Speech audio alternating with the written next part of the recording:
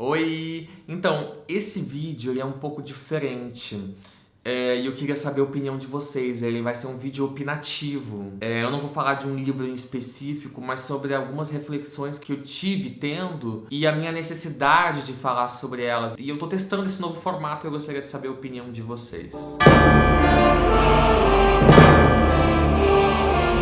Eu terminei essa semana a tradução de dois ensaios do Victor Hugo, um escrito em 1825 e outro em 1832, chamados Guerra aos Demolidores. E ao que me consta das pesquisas que eu fiz, é a primeira tradução que tem para o português brasileiro, né, dos ensaios na íntegra. Fazendo essa tradução, eu percebi que o que ele está falando é extremamente atual, extremamente presente hoje no Brasil. E eu abordei um pouco disso no meu vídeo sobre o Corcunda de Notre Dame, que vai ficar em algum lugar ali. O Victor Hugo, ele além de ser um grande humanista, ele foi um grande defensor do patrimônio histórico francês. E ele escreveu o primeiro desses ensaios quando ele tinha mais ou menos 23 anos. Porque o que estava acontecendo na França no século XIX? Ele estava vendo, sem poder fazer nada, as construções medievais, castelos, igrejas, conventos, vilarejos desaparecerem completamente. Porque a arte gótica, a arte medieval, era considerada bárbara, era considerada grotesca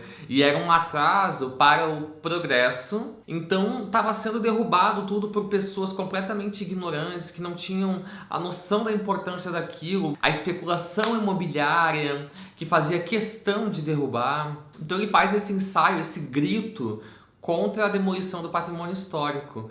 E o Corcunda de Notre Dame nasce disso, porque a Notre Dame de Paris estava abandonada, ela estava vilipendiada, ela havia sido saqueada. Durante a Revolução Francesa, ela chegou a ser vendida para uma empresa de demolição, com o intuito de arrasar ela e vender as pedras, né? Ele cria o Corcunda de Notre Dame, cujo título é Notre Dame de Paris, com o intuito de trazer uma reflexão sobre esse patrimônio. Não é à toa que quem leu vai confirmar comigo que o personagem principal não é o Quasimodo nem a Esmeralda, é a igreja, né? O centro de tudo, o centro dessa cidade polvorosa que é Paris, é a igreja. E não é à toa, o que ele consegue é maravilhoso. A partir de 1840, mais ou menos, devido ao enorme sucesso do livro, a população começa a fazer pressão para o governo francês, e aí eles entram com um projeto de restauração feito pelo Eugène Viollet-le-Duc, que é um dos primeiros arquitetos teóricos na restauração. Começa a se haver um pensamento diferente para o patrimônio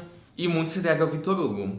E aí, eu parando para pensar na nossa relação aqui que a gente tem com a memória e com o patrimônio, porque, para quem não sabe, a minha formação, se é assim que vamos dizer, a primeira é arquitetura e urbanismo. Eu fui até o 4º ano de arquitetura. Então, uma coisa que eu comecei a ficar horrorizado era como os alunos de arquitetura e os professores de arquitetura banalizavam a perda de um edifício histórico, de uma construção histórica, para a construção de um novo empreendimento, uma construção de gosto duvidoso. Mas a grande maioria considerava que uma demolição era sinônimo de progresso, aquela merda toda.